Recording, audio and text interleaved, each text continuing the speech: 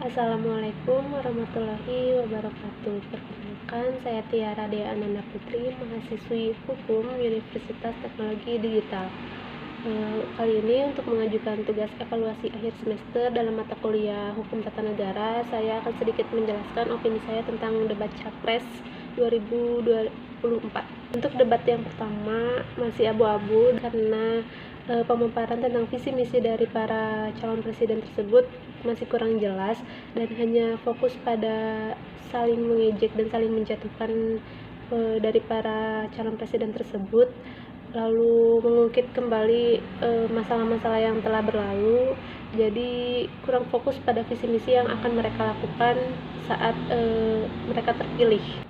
Lalu pada debat pertama Capres, lihat bahwa para capres masih terlihat bersikap canggung, kurang siap, dan kurang cakap atas argumentasinya. Akibatnya, debat ini didomisili oleh gimmick dan luapan emosional daripada luapan gagasan berikut isi dan argumentasinya.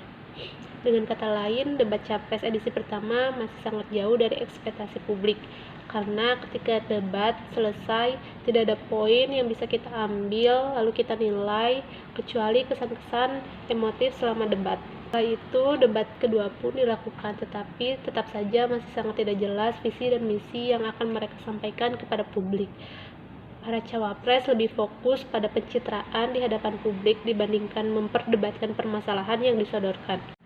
Debat Capres dan Cawapres pasangan calon seharusnya lebih fokus membahas program, visi, dan misi selama 5 tahun ke depan ketimbang saling menjatuhkan. Dapat dilihat dari debat yang dilakukan, kita bisa melihat bahwa adanya sorotan tendensi perdebatan cukup memanas antara Anies Baswedan dan Prabowo Subianto, sehingga dinilai dapat merugikan dalam meraih atensi sentimen positif dari para masyarakat. Lembaga-lembaga survei pun semakin sibuk mengukur elektabilitas dari ketiga calon presiden tersebut.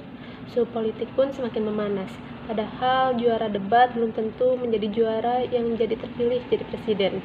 Keputusan pun tetap ada di tangan rakyat, bukan di ruang debat. Akan tetapi tentu saja debat ini menjadi sangat penting untuk melihat tidak saja dari penampilan, kesiapan, dan kecakapan secara fisik para calon pemimpin Indonesia 5 tahun ke depan, akan tetapi untuk menggali sekaligus menguji gagasan masing-masing pasangan berikut untuk berargumentasi.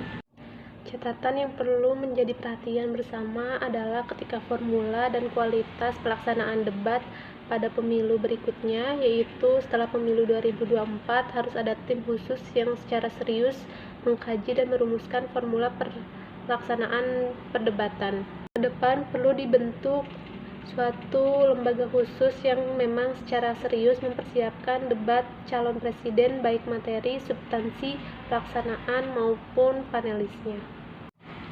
Penting rasanya untuk masing-masing paslon mampu mengedepankan sikap negarawan dengan mengoptimalkan panggung debat sebagai momentum untuk menjelaskan gagasan visi misi kepada publik. Debat Capres maupun Cawapres harusnya dapat menjadi tontonan dan tuntunan bagi masyarakat Indonesia agar mampu meyakinkan pilihannya pada saat pemilihan nanti. Apalagi kehadiran sosial media pada rangkaian pemilu 2024 ini sangat membantu khususnya dalam menjangkau penyebarluasan informasi di tengah masa kampanye yang singkat ini. Jadi tugas kita sebagai rakyat saat ini yaitu bagaimana mencari seorang pemimpin sejati dengan semangat dan optimis bahwa segala sesuatu bisa diwujudkan dengan perubahan-perubahan yang baik, dan siapapun yang akan terpilih nantinya untuk menjadi presiden negara kita, yaitu berharap bahwa beliau-beliau ini bisa membawa perubahan ke arah yang sangat lebih baik untuk bangsa Indonesia tercinta ini. Semoga siapapun yang terpilih itu bisa mengimplementasikan visi misinya secara konkret, bukan hanya sekedar pencitraan dan menjadi idola yang viral di media sosial. Itu yang bisa saya sampaikan. Semoga meskipun kita beda pilihan, tapi kita masih bisa hidup rukun dan damai. Lalu semoga penyelenggaraan pemilu tahun ini bisa dilakukan secara luber dan jurdil. Assalamualaikum warahmatullahi wabarakatuh.